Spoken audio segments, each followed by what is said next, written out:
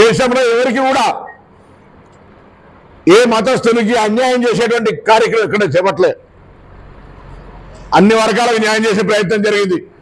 మేము అడుగుతా ఉన్నాం, ఈ దేశంలో ఎన్నడైనా 85% హిందువులకు కాంగ్రెస్ పార్టీ అన్యాయం చేసిందా?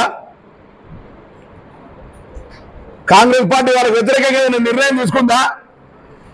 మేం భారతీయ జనతా పార్టీ నరేంద్ర మోడీ గారిని అడుగుతా ఉన్నాం, ఈ దేశంలో ఉన్నటువంటి ప్రజలను మీరు వస్తే హిందువులకు మరింత మేలు జరుగుతుందనే ఆలోచనతో మీరు చెప్పినటువంటి మాటలు, హిందువులకు సంబంధించి ఏదో గొప్ప మార్పు జరగబోతుందని చెప్పినటువంటి మాటలకు నమ్మి అత్యున్నంగా అంటే 30 సంవత్సరాల తర్వాత ఒక పార్టీకి ఎంత మెజార్టీ రావన్నా ఏకగ్రీవంగా ఎవరి సహకారం లేకుండా ప్రభుత్వాన్ని ఏర్పరచుకునేంత మెజార్టీ ఇచ్చిన ప్రజలు.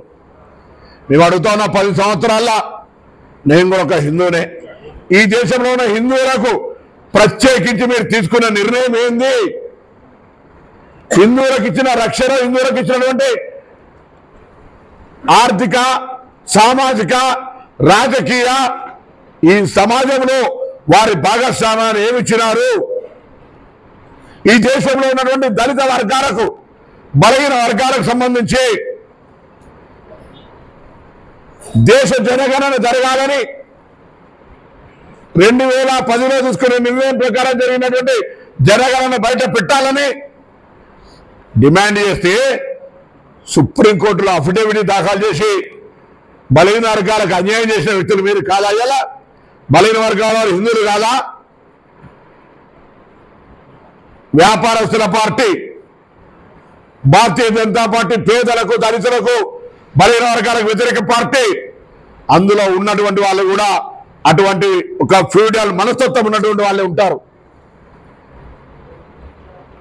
ఈరోజు ప్రధానమంత్రి స్థాయి మేము అడుగుతాము, ఇలా కాంగ్రెస్ పార్టీలో ఆనాడు ఏర్పాటు చేసినటువంటి ఐఐటీలు, ఐఐఎంల మధ్యలో చదువుకున్న వాళ్ళు ఇలా వందల మంది హిందువులు ఈ ప్రపంచాలనే సీవలుగా ఉన్నారు. ఏది మీరేం చేసి చెప్పండి? ఏదో రాముడి గుడి అని చెప్తే రాముడి గుడిలో ఇప్పటి వరకు రాముడు అందరికి సంబంధించి మళ్ళీ చెప్తాను, ఇవాళ కూడా హనుమాన్ జయంతి గుడికి వచ్చినాం. దేవుడికి సంబంధించి రాజకీయాలకు మీరు చేస్తూ దేవుణ్ణి పూర్తిగా గత 3-4 నెలలుగా ఊర్లో నరేంద్ర మోడీ చేసిన కార్యక్రమాల ఫోటోలు లేవు. ఇంటింటికి నరేంద్ర మోడీ ఫోటో చూపెట్టి కూడా అడుగుతున్నారు. ఇంటింటికి రాముని ఫోటోలు గోడల మీద జై శ్రీరామ్ అని అక్షింతలు వంచుకొని ఎప్పుడు కూడా అట్లనే. పోయినసారి కేసీఆర్ గారు ఒక మాట పొరపాటున ఇందుగాళ్ళు పొందుగాలంటే ఎట్లయితే గెలిచిర్రో ఇక గదే మాట పట్టుకొని మీరు ప్రచారం చేసుకునే ప్రయత్నం చేస్తున్నారు.